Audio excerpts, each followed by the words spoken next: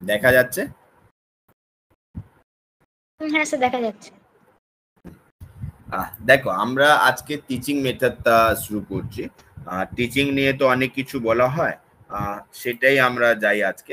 Teaching aptitude, basically teaching aptitude মধ্যে অনেক কিছু পড়তে হবে। নতুন বইতে অনেক কিছু লেখা আছে, আমি বেসিক্যালি পুরোনো বইটাই দেখে পড়াবো। তাও এখান থেকে কিছু ডেফিনেশন গুলো আছে যেটা আমি বলে দিচ্ছি আগে। এখানে লেখাই আছে, education is not the preparation for life, education is life itself. John Dewey বলেছে। এইটা হয়তো প্রশ্ন করতে পারে এডুকেশন মানেটা কি। হয়তো এটা নিউ এডুকেশন পলিসি এসছে 2020-তে, যেখানে বলা হয়েছে নিউ এডুকেশন পলিসি এনইপি 2020-তে, এটা মনে রাখবে, NEP 2020-তে, education is a fundamental for achieving full human potential, developing an equitable and just society, promoting national development. তো এডুকেশন মানে এটা fundamental for achieving full human potential, মানে হোলিস্টিক ডেভেলপমেন্ট। এডুকেশন বেসিক্যালি বলা যেতে পারে holistic development of human beings, যেটা promote করে national ডেভেলপমেন্টকে। The global education development agenda reflects in the sustainable development goal. যে গ্লোবাল এডুকেশন ডেভেলপমেন্ট, তার main এজেন্ডাটা কি? Sustainable development goal, SDG 4 of the 2030 agenda for sustainable development নিয়ে কাজ করছে। ইন্ডিয়া 2015 বলেছিল ensure inclusive, equitable, quality education. Quality এডুকেশনটা বলা হয়েছে কি 2030 পর্যন্ত কোয়ালিটি এডুকেশন আমরা। আমার আওয়াজ শোনা যাচ্ছে তো? হ্যাঁ স্যার, শোনা যাচ্ছে। তো এখানে আমরা বলতেই পারি every human beings often reflects the learnings that he has receive from his elders, parents, family members, teachers থেকেও অনেক কিছু এডুকেশন গ্রহণ করা যায়। এডুকেশন মানে এটা নয় কি চাকরি পাবে, এডুকেশন কোনোদিনই চাকরি দেবে এটা কোনো হয় না, কিন্তু এডুকেশন থেকে নিজের ডেভেলপমেন্টটা করতে পারি, ইকুইটেবল আর জাস্ট সোসাইটি তৈরি করতে পারি আমরা। ওকে, thus the main task of education is the transfer of our knowledge to the next generation so as to make our society a better place. In a formal manner, teacher functions as the facilitator of knowledge. Teaching is the activity directed and enabling learning. এবার আমরা এখানে বেশি কিছু এখান থেকে না বলে আমি যে পুরনো যে বই আছে সেখান থেকে কিছু বলি, তারপর এখানে চলে আসবো। যেহেতু অনেক কিছু চেঞ্জ হয়েছে এখন, অফলাইন অনলাইন অনেক কিছু দেখা যাবে। দেখো, এই যে এডুকেশন যে মিনিং, এটা ডিফাইন করাটা অত সহজ নয়। মানে যেটা আমরা বুঝি এডুকেশন মানে ইজিলি ডিফাইন করতে পারবো, এটা নয়।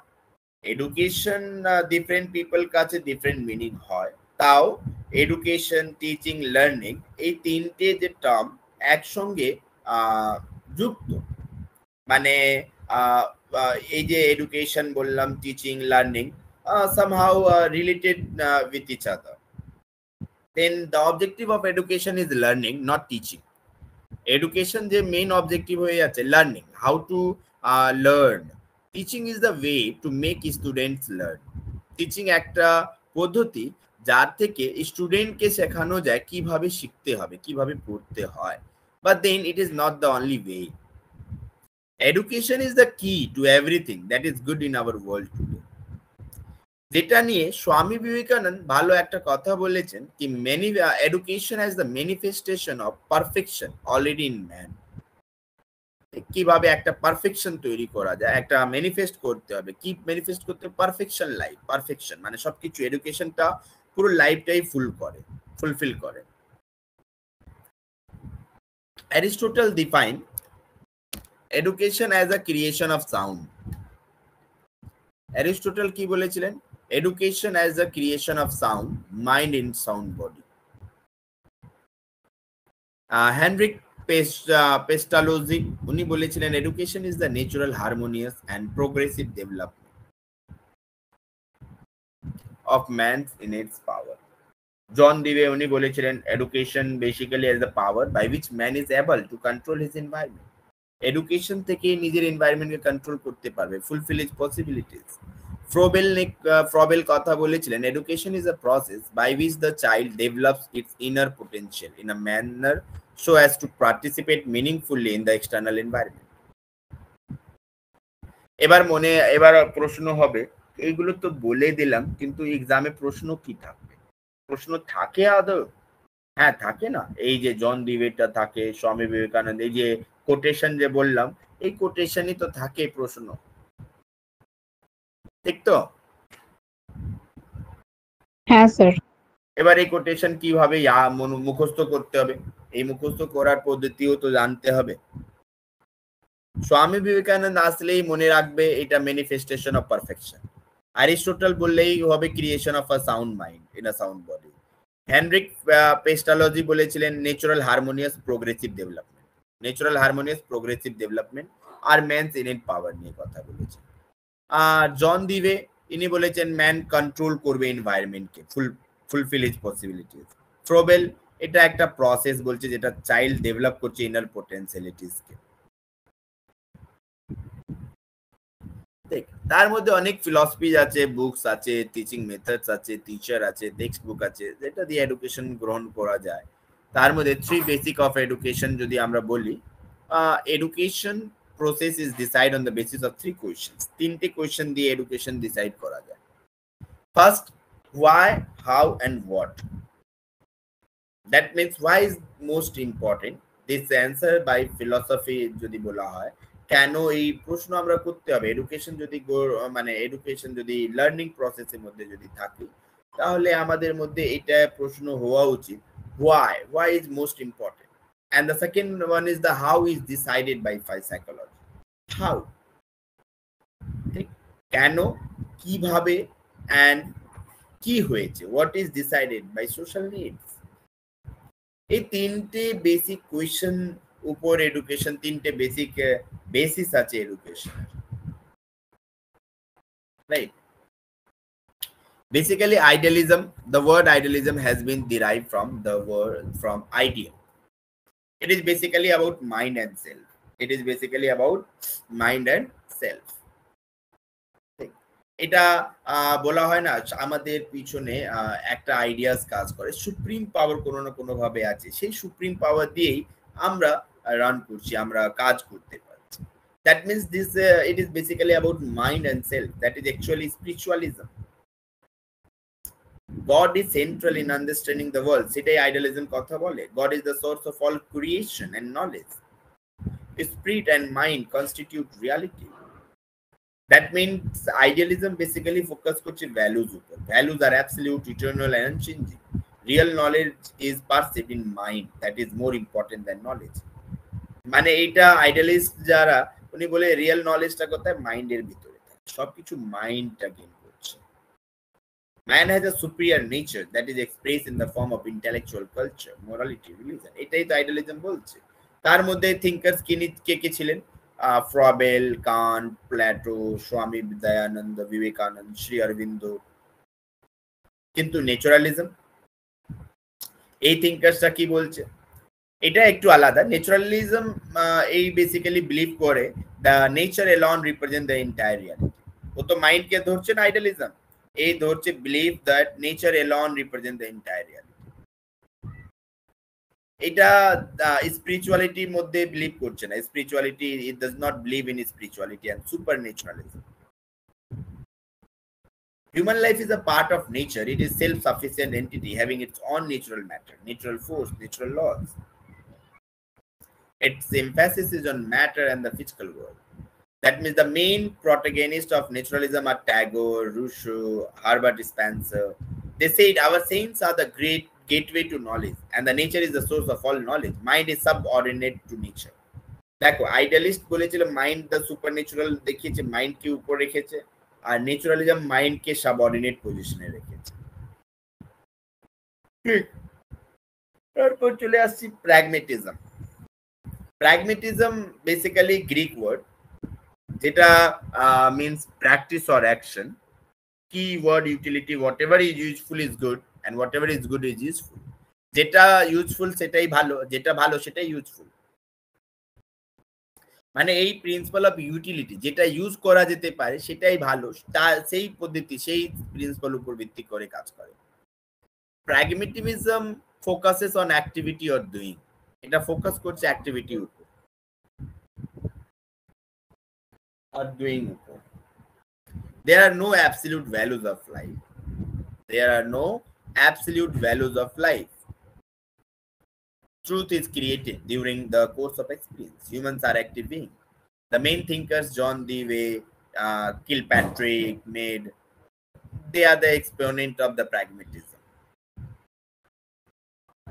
Constructivism, এটা কনস্ট্রাক্ট নলেজ উপর ভিত্তি করে। এটা কথাই মানে লাইনের উপর মানে মিনিং এর উপর বোঝা যাচ্ছে এটা কনস্ট্রাক্ট নলেজ উপর ভিত্তি করে। জিন পাইগেট, J.S. Brunner believe that learning involves an active processing of information and that each individual activity organize and construct knowledge for itself. Educational psychology believes that there are development stage of knowledge organization. জিন প্যাগেট কথা ওনার কথা দিয়ে যদি ভাবতে শুরু করি তাহলে উনি বলছেন accommodation and assimilation are basic to learning. ঠিক, এইটা যদি কনস্ট্রাকটিভিজম সিম্পল কথা মনে রাখতে হবে, কনস্ট্রাক্ট নলেজ উপর বিলিভ করে, যে নলেজটা যে কনস্ট্রাক্ট করতে পারি আমরা সোসাইটিতে লার্নিং প্রসেস দিয়ে, অ্যাকোমোডেট করতে পারি, অ্যাসিমিলেট করতে পারি, that knowledge is the constructivism সেই নলেজ উপর ভিত্তি করে, সেটাই তার উপরই জোর দেয়। তারপর আমরা চলে আসছি humanism. Humanism is a reasonable balance in life and regards humans as the center and measures of all activity. Humanism believes in the interest and welfare of all human beings. Right? It advocates cooperation, mutual tolerance, and social understanding. Then rationalism. Rationalists claim that there are significant ways in which our concept and knowledge are gained. Empiricists claim that sense experience is the ultimate source of all concept and knowledge.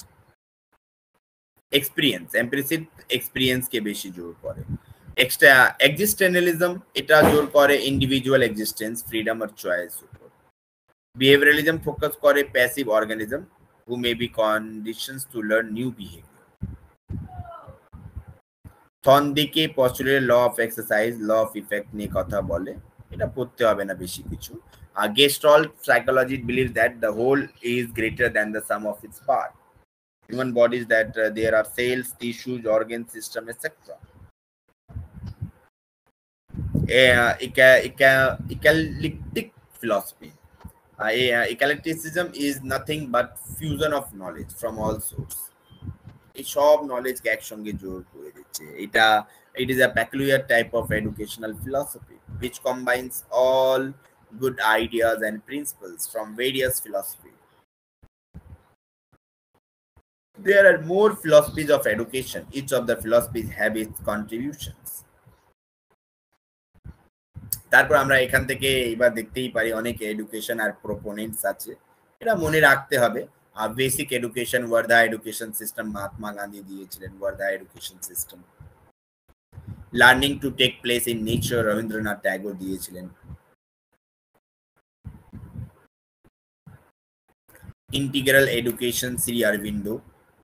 Focus on spiritual aspect of Indian philosophy, doctor Sarvepalli Radhakrishna. Education to transform human mind, J. Krishnamurti. Experimental learning, John Dewey.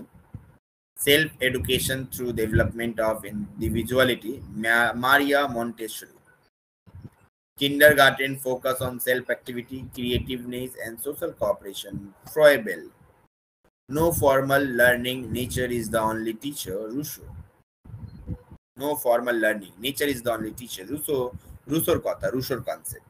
Froebel concept, kindergarten focus on self-activity, creativeness, self-education through development of individuality, Maria Montessori.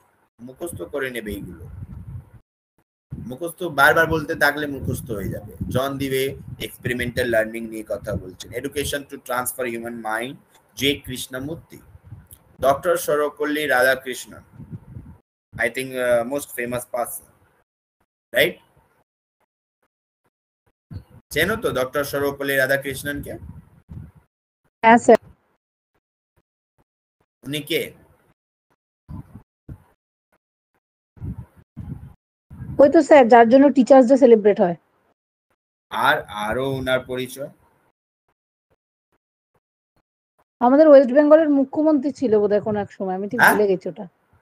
মুখ্যমন্ত্রী উনি কোনো জীবনে ছিলেন না। Sohini? Doctor ছিলেন sir. আমাদের first vice president কে ছিল?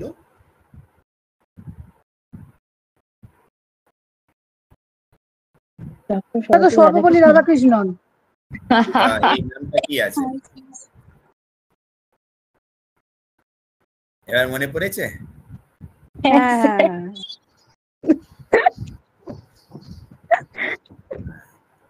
Focus on spiritual aspect of Indian philosophy. Then Sri Aurobindo. Sri Aurobindo কে তো জানো মনে হয়। হ্যাঁ স্যার, আমাদের আছে তো সিলেবাসে। হ্যাঁ, পলিটিক্যাল সায়েন্স। হ্যাঁ ওটা ভুলবো না। হ্যাঁ, বলো তো কি হ্যাঁ, কনসেপ্ট? ওনাকে ভুলে যাবো না।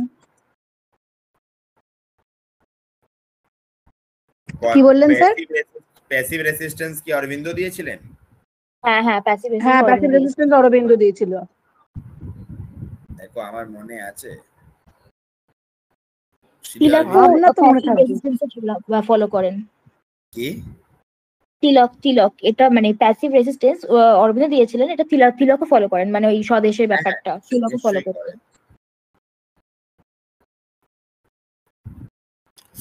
আমাদের বাংলা ওয়েস্ট বেঙ্গল অনেক কিছু দিয়েছে সারা বিশ্বকে, কিন্তু আজকে কি দিচ্ছে জানি না। Exactly sir. কিন্তু আমরা অনেক কিছু দিয়েছি।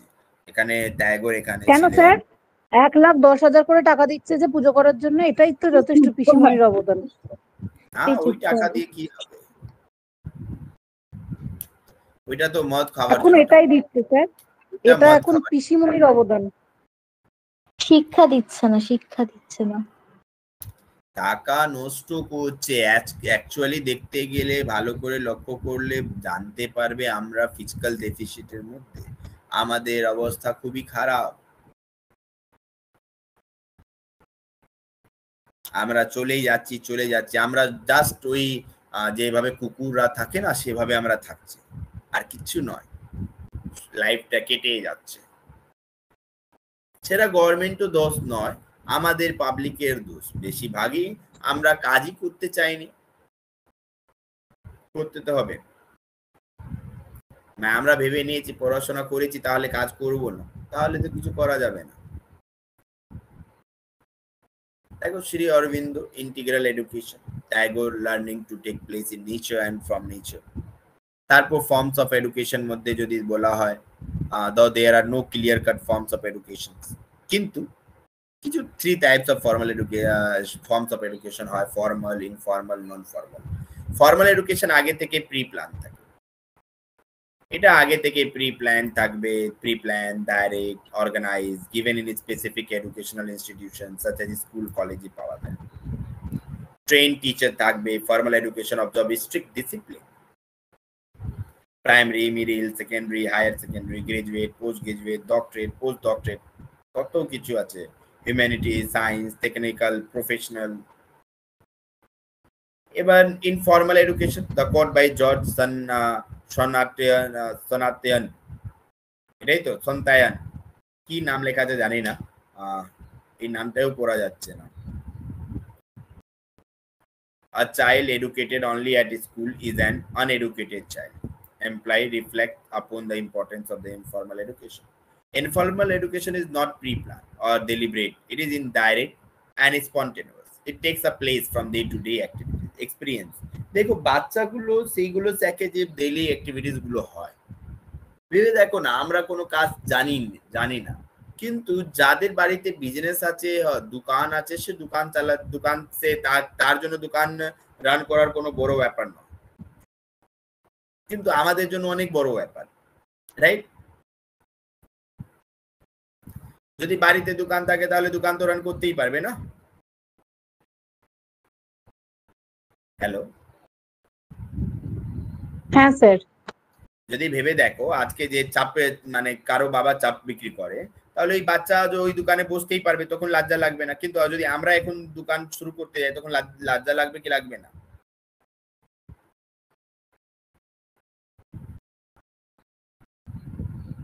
হ্যালো, না স্যার, লাগবে না? নিজের ইয়েতে কেন লজ্জা লাগবে? ভেবে দেখো, আমি প্রথম শুরু করতে গেলাম এই পড়াশোনা করে, এত পড়াশোনা করে, এবার কোনো কাজ না পেয়ে, তখন খারাপ লাগবে না? হ্যাঁ, সেটা একটা মানে নিজের একটা খারাপ লাগবে, কিন্তু ব্যাপারটা কিছু না করে অনেক মানুষ মানে কিছু করতে পারছে না, তাদের থেকে তো বেটার আছে, এই কথাটাও চিন্তা করতে হবে তখন আর কি। বেটার থাকলেও কিন্তু এত সহজে করা যাবে না, সেটা হয়তো প্রথম ইনিশিয়ালি সহজ হবে না ব্যাপারটা, পরে মানে কিছু খুবই করার টাফ থাকবে না। হবে। কেন কি তার জন্য এটা মানে নিজের মানে হয় না, একটা অনেকেই বলবে, সেটা খারাপ লাগবে, নিজের মধ্যেও থাকবে কি হ্যাঁ, সেটা তো হবে।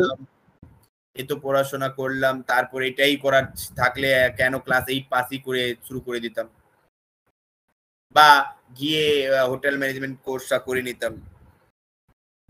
তখন মনে আসবে কি আসবে না? হ্যাঁ, সেটা আসবে। রান্নাও কোর্স হয়, কিন্তু এটা করতে পারো, না, ওইটাও ডিগ্রি পাওয়া যায় কিন্তু। আর রান্না করতে যাবো, মানে রান্না করবো নিজের বাড়িতে করবো, কিন্তু আর কিন্তু রান্না করতে মেয়েদের আর থেকে হোটেল বেশি ভালো রান্না ছেলেরাই করে। হ্যাঁ, সে তো বেশিরভাগ হোটেলের শেফ গুলো তো ছেলেই হয় দেখি, মেয়েরা কমই হয় এটাতে। Non formal education is a না লাইফ স্যার, লং।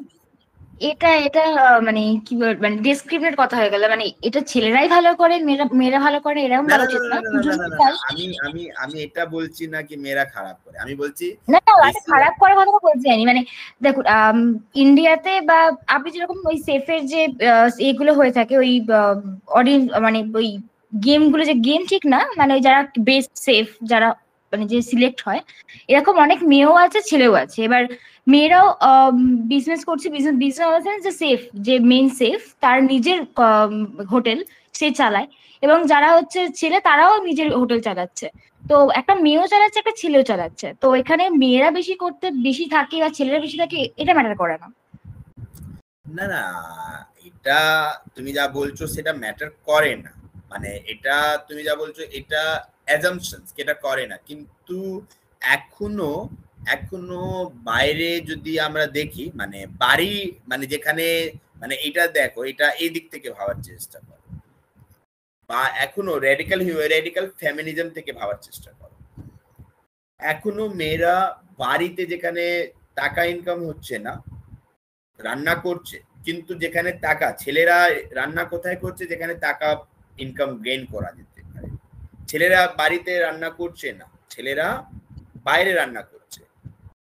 90% হোটেল, যত বড় 90% হোটেল যেখানে সেফ আছে, সেটা ছেলেরাই যাচ্ছে, মেয়েরা কিন্তু ওখানে কাজ করতে যাচ্ছে না।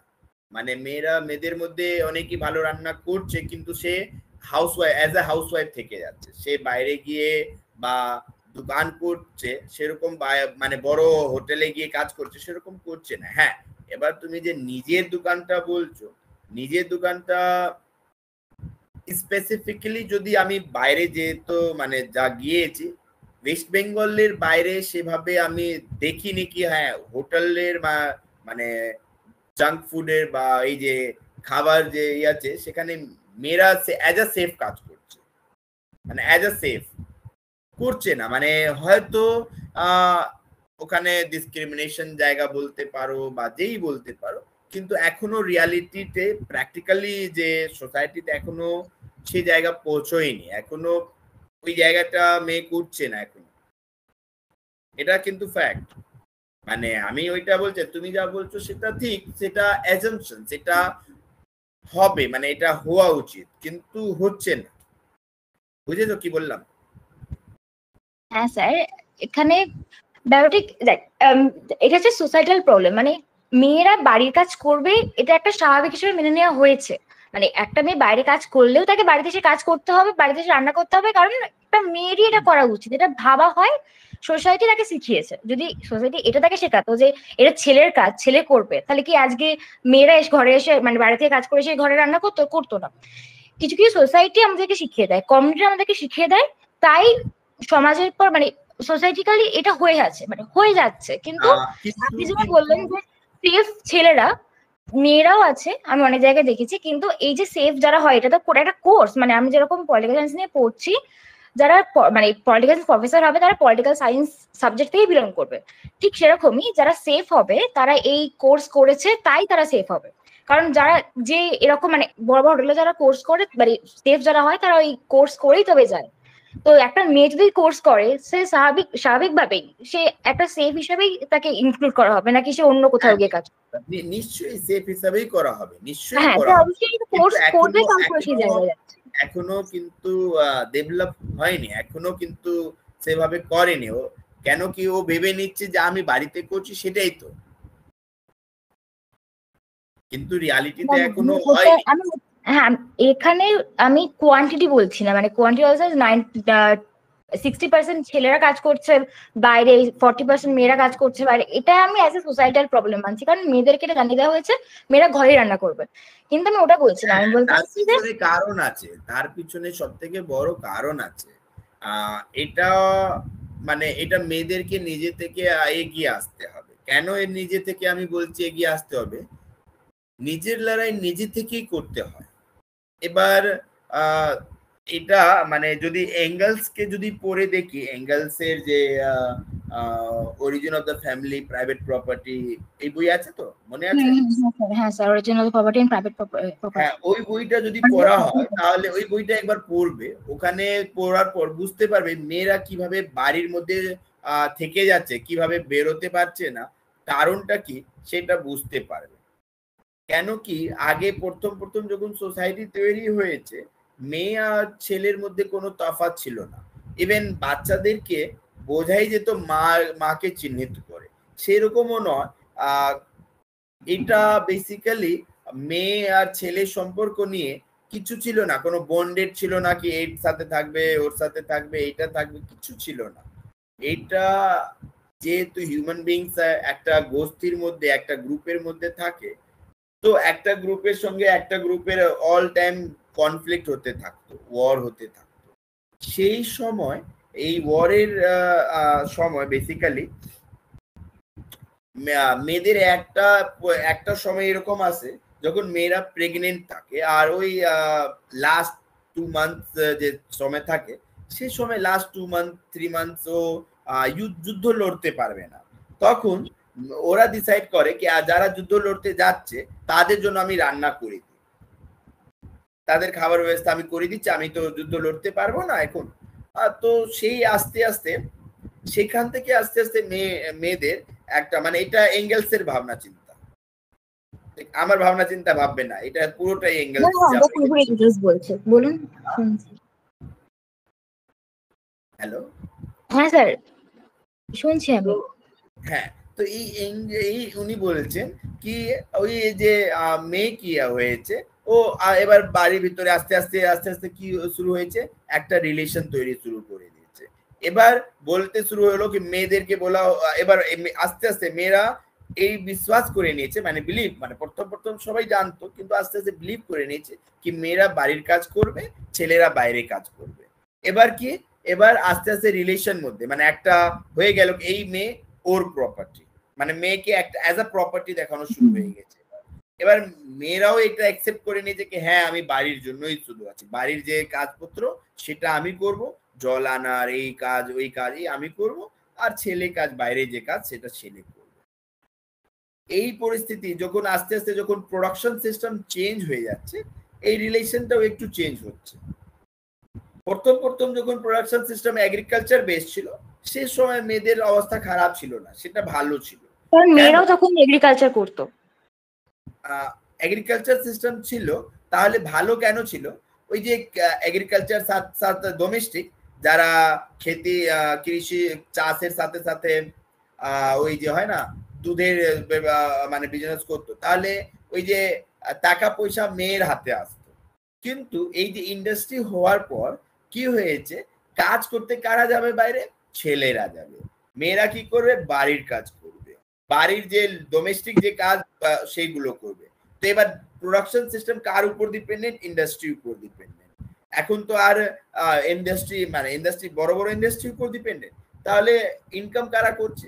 ছেলেরা। এখানে উইমেনটা কি হয়ে যাচ্ছে? ডিপেন্ড হয়ে যাচ্ছে ছেলেদের উপর টাকার জন্য। ঠিক।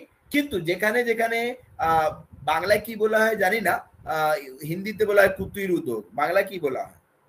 কি স্যার, কতটা ক্যাচ করতে পারলাম না, রিপিট করবেন? কুটির উদ্যোগ মানে কটেজ ইন্ডাস্ট্রি হয় না, ছোট ছোট মানে বাড়ির কাছে কাছে ছোট ছোট একটা কুটির শিল্প যেটা বলে আমাদের এখানে, কুটির শিল্প মানে বাংলাতে বলে কুটির শিল্প। আচ্ছা, কুটির শিল্প। তো এইটা যখন হবে সেক্ষেত্রে বুঝতেই পারবে, মানে ইজিলি বুঝতে পারবে কি ওখানে মেয়েরা বেশি কাজ করে। হ্যাঁ স্যার। কিন্তু এবার আগে যেভাবে ডিসক্রিমিনেশন ছিল না, এখন হয়ে যাচ্ছে মেয়েরা কাজ করে ওখানে টাকা কম দেবে, ছেলেরা যেখানে কাজ করে ওখানে টাকা একটু বেশি দেবে। তাছাড়া প্রাইভেট স্কুলগুলো তো জানোই ভালো করে, প্রাইভেট স্কুল মেয়েদেরকে কেন বেশি রাখে? বেশি ছেলেদেরও রাখে কিন্তু মেয়েদেরই বেশি কেন রাখে? টাকা কম দিতে হবে, টাকা কম দিতে হবে, কম টাকায় কাজ হয়ে যায়। দেখবে প্রাইভেট স্কুলে মেয়েদের বেশি থাকে আর টাকা কম পায়, বেশি পায় না। রাইট স্যার, আপনি যে বললেন যে মেয়েদেরকে এগিয়ে আসতে হবে তবেই চেঞ্জ হবে, সেই কারণে তো ফেমিনিস্ট ধারণাটা উঠে এসছে, কারণ মেয়েরা এগিয়ে এসছে বলে তো ফেমিনিস্ট ধারণা। একটা সময় এমনই হয়ে গেছিল যে কিন্তু ব্যাপারটা হচ্ছে যে মানে ধরুন যে আমি 10 স্টেপ মানে একটা ছেলে আর মেয়েকে যদি আমি ধরি, যে একটা ছেলে অলরেডি 10 স্টেপ এগিয়ে আছে আর মেয়েরা সবে যাত্রা শুরু মানে জার্নি স্টার্ট করেছে, সে এখনো ফার্স্ট স্টেপে দাঁড়িয়ে আছে। মানে সমাজে বেরোবে, ছেলেরাও এগোবে মেয়েরাও এগোবে, তার পক্ষে তো একটা যুগের মধ্যে বা কয়েকটা যুগের মধ্যে সেই 10 স্টেপ এগিয়ে যেতে পসিবল না। এটা টাইম টেকিং, এটা রেভলিউশন। আমি এটা বলতে পারি, কিন্তু এটা আজকে যদি দাঁড়িয়ে যদি আমরা এটা বলি কি ছেলেরা মেয়েদের থেকে আগে এগিয়ে, কিন্তু এটা রিয়ালিটি নয়। মেয়েরা এত কাজ করেও টপার হচ্ছে এখন কলেজে, না আমি কথার ভ্যালু মানে ধরুন আজকে বাড়িতে মানে আমাদের বাড়িতে বা আপনার বাড়িতে যে ইনকাম করে তার কথার ভ্যালু আছে না, যে ইনকাম করে না তার কথার ভ্যালু আছে। মানে ইকোনমি ম্যাটার করে, মানে যে কারণে মেয়েদের ফল হয়, যে কারণে মানে যেটা ইংলিশ বললো যে কারণে মেয়েদের ফল হলো, তার পিছনে সব থেকে বড় রিজন হচ্ছে ইকোনমি। সেই একই কারণে আজকে মানুষের কথার ভ্যালু দেওয়া হয় ইকোনমিকে বেস করে, মানে একটা বাড়িতে যে ইনকাম করে তার কথাকে বেশি ভ্যালু দেওয়া হবে, যারা যে ইনকাম করে তার কথাকে ভ্যালু দেওয়া হবে না। একটা মেয়ে কাজ করলেও, সে সারাদিন খাটলেও তার কথাকে ভ্যালু দেওয়া হয় না, কারণ সে আর্ন করে না। চেঞ্জ আসবে, বাট সেটা রেভলিউশনিস্ট নয়, এটা এভলিউশন হবে, মানে আস্তে আস্তে চেঞ্জ হবে। কিন্তু এই যে বললাম যে ছেলেরা যখন অলরেডি এগিয়ে আছে তাকে তো মানে সঙ্গে সঙ্গে ক্যাচ করা সম্ভব না, সেই জায়গায় পৌঁছানো সম্ভব না, সেটা পৌঁছতে গেলেও একটা জার্নি, একটা লম্বা জার্নির প্রয়োজন।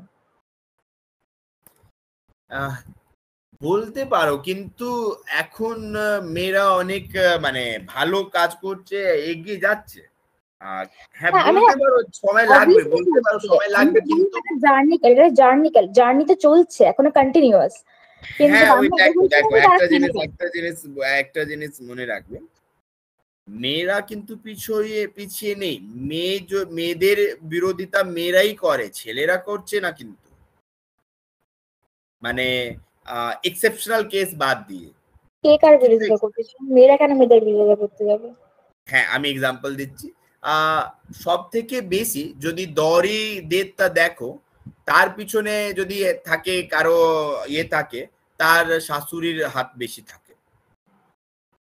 তারপর দড়ি ছাড়া আরো যদি দেখতে যদি আমরা যাই, এই যে কোনো মেয়ে নতুন বিয়ে করে শ্বশুর বাড়ি গিয়েছে, তো বেশিরভাগ দেখা যাচ্ছে শাশুড়িরাই বেশি মানে ক্রিটিসাইজ করছে, ব্যঙ্গ করছে,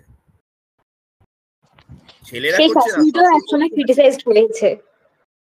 মানে যে শাশুড়িটা আজকে ক্রিটিসাইজ করছে সেও ক্রিটিসাইজড হয়েছে, আরো হয়তো বেশি পরিমাণে হয়েছে, তারও ক্রিটিসাইজ তার শাশুড়ি করেছে। আমি তো বলছি মানে এটা তো এটা তো হঠাৎ করে চেঞ্জ করা সম্ভব না। মানে আজকে আমি এডুকেটেড হলাম, আমি এটা বুঝলাম যে এটা ঠিক না, বাট তার মানে এইটা না যে এটাও আমি করবো। কিন্তু একটা এবার এর জন্যই এডুকেশন দরকার, এর জন্যই তো বোঝাতে হবে তার সাথে যা হয়েছে তারপরের জেনারেশন তাতে সেটা না হয়।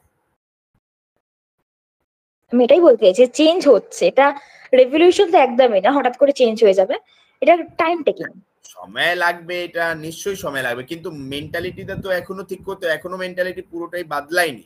এবার ওই মেন্টালিটি ঠিক একই ভাবে হতে পারে, অবভিয়াসলি বদলেনি, কারণ জেনারেশন তো এরকম নয় যে আজকে মানুষ সব মানে কি করে যারা বয়স্ক তারা সবাই আজকে মরে গেল, আবার নতুন জেনারেশন স্টার্ট হয়ে গেছে, আবার এটা সম্ভব না। আমি যে এজে আছি, হয়তো এমনও কেউ একজন এজে আছে সে মানে ডিসক্রিমিনেশনটা পেয়েছে, কিন্তু সে চাইছে চেঞ্জ হতে, কিন্তু তার পরের জেনারেশন হয়তো চেঞ্জ হয়ে যাবে, মানে তার পরের জেনারেশন অফ দ্য সেন্স যে তার পরের যে আসবে সেই ফ্যামিলিতে, ফ্যামিলি ওয়াইজ টু ফ্যামিলি, নাকি জেনারেশন বলতে গেলে একটা শুরু হলো শেষ হলো, আবার একটা শুরু হলো একটা শেষ হলো। হ্যাঁ নিশ্চয়ই নিশ্চয়ই হতে ফ্যামিলি ওয়াইজ টু ফ্যামিলি হবে এইরকম। হ্যাঁ এটা সব ফ্যামিলি ম্যাটার তো করবে নিশ্চয়ই, সবার ফ্যামিলি এক মতন তো থাকবে না, কোনো ফ্যামিলিতে ভালোভাবে থাকে আর ভালোভাবে ফ্রিডম থাকে, আর কোনো ফ্যামিলিতে থাকে না। এক্স্যাক্টলি, আমি এটাই বলতে চাইছি। তাহলে দেখো এডুকেশন যে এম, এটা mirror that reflect society as it is our, it is ought to be stabilizer of the society. এগুলো আমি নেক্সট ডে করাবো, এগুলো পরে রাখবে, এগুলো তাহলে আরো ইজি হবে, বুঝতে ইজি হবে। ঠিক আছে? হ্যাঁ স্যার, এগুলো পরে রাখবে তাহলে আরো ইজি হবে। আর টেস্ট দিয়েছিলে তো আগের দিন? হ্যাঁ স্যার। স্যার আমার বাকি আছে স্যার, আমি দিয়ে দেবো কাল বা আজকের মতো আমি টেস্ট দিয়ে দেবো। আচ্ছা টেস্ট বাকি আছে।